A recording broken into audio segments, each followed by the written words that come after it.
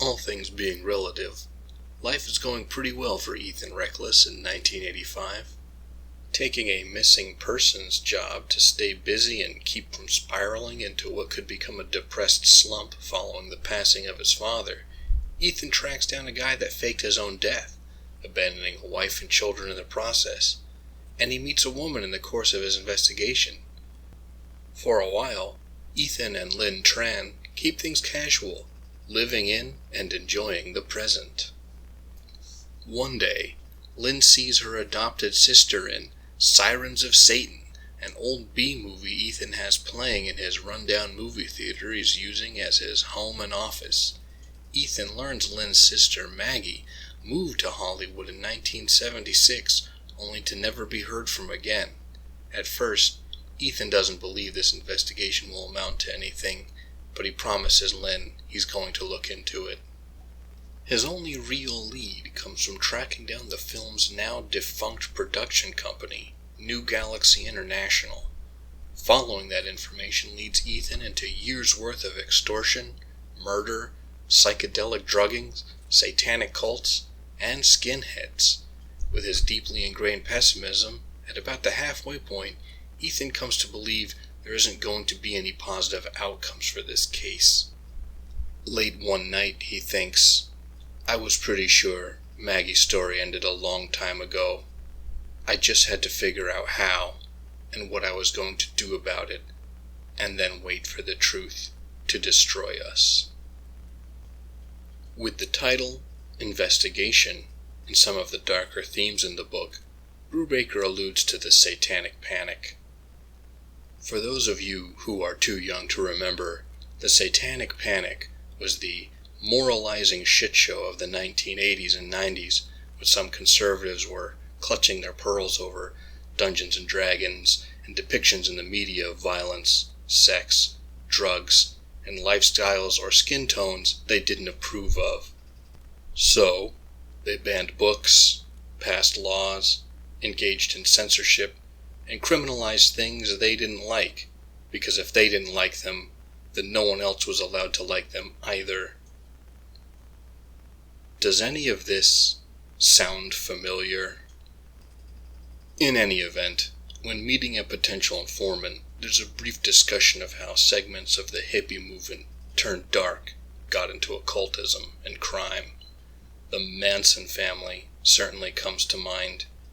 In Ethan's investigation, he uncovers a sort of perpetually mutating cult that drifts from free love to Satanism to New Age guruism to neo-Nazism, essentially whatever the leader Magnus Epoch needs to keep running his racket at any given time. The fact that his game gets increasingly twisted and sadistic only reinforces his espoused nihilistic attitude that the world is devolving into savagery, because that's what people really are. This sense of everything getting darker underscores the pulpy grimness of the setting, and more than one character remarks on it. At first glance, the preaching of Magnus might make him appear like a dark mirror of Ethan. After all, they both openly profess apocalyptic expectations. The real difference is that Magnus doesn't actually believe anything. Like most con artists, he's a chameleon, and he can't be a hypocrite because he doesn't actually have any beliefs to betray. His song and dance is just that, a show he uses to manipulate people. To Magnus, the world and everyone in it is a hollow tool to be used for his own ends. Ethan, for all his faults and despite his eschatological outlook, does have real beliefs that he demonstrates in his actions. People are not just a means to an end, and they deserve the truth, even if it might be hurtful.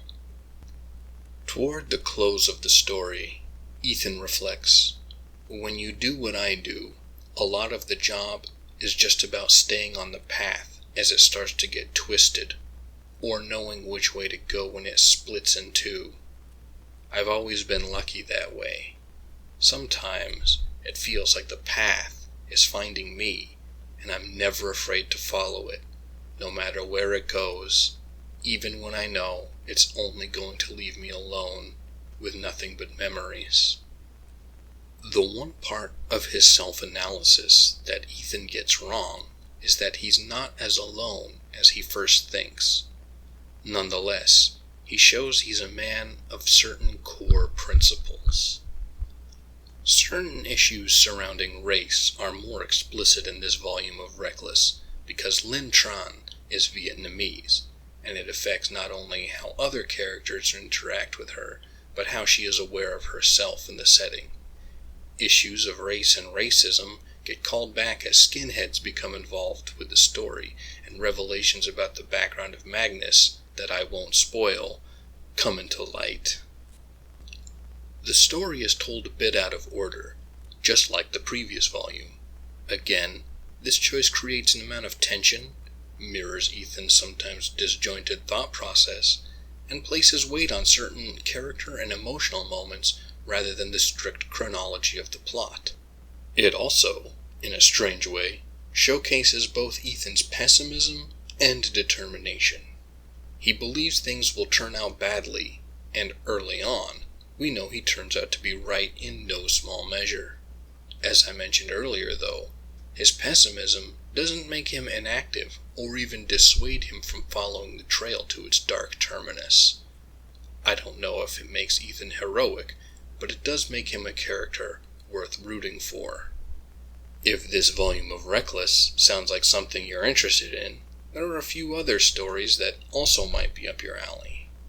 Raymond Chandler's The Little Sister is a classic hard-boiled detective story of an investigation into the unsavory aspects of the Hollywood film industry in the late 1940s, and it is also colored by the author's opinion of his own time as a screenwriter. The novel Dragonfish by Vu Tran is a more contemporary detective story that also becomes an investigation into the experiences of Vietnamese immigrants. Dragonfish, for all its genre trappings, is much more of a quote-unquote literary novel. It's worth knowing that ahead of time, so you don't expect the same kind of pulpy adventure you get in Reckless or some of my other recommendations. It's a fine novel, but you need to have the right expectations going in. Walter Mosley's Devil in a Blue Dress is a hard-boiled story set in late 1940s Los Angeles, and it's all about the intersection of race and justice, as out-of-work African-American World War II veteran Ezekiel Rollins agrees to look for a missing woman in the city's jazz clubs. There is a movie adaptation that is surprisingly middling given the high-caliber cast including Denzel Washington, Don Cheadle, and Tom Sizemore. The book, though not without its flaws, is better. For anyone who's interested, I did a podcast going over Devil in a Blue Dress for one of the literature classes I taught several years ago. I'll leave a link in the description if you just can't get enough of hearing me talk. For film, you could watch The Nice Guys, which is a dark comedy version of a 1970s LA hard-boiled story of private investigators that also involves indie B-movies as part of the plot. If you have any thoughts about the Reckless series or other works that are similar, feel free to leave them in the comments below. Thank you for taking the time to listen to my peculiar notions. If you want to support the channel, you know what to do. Until next time, please live and be well.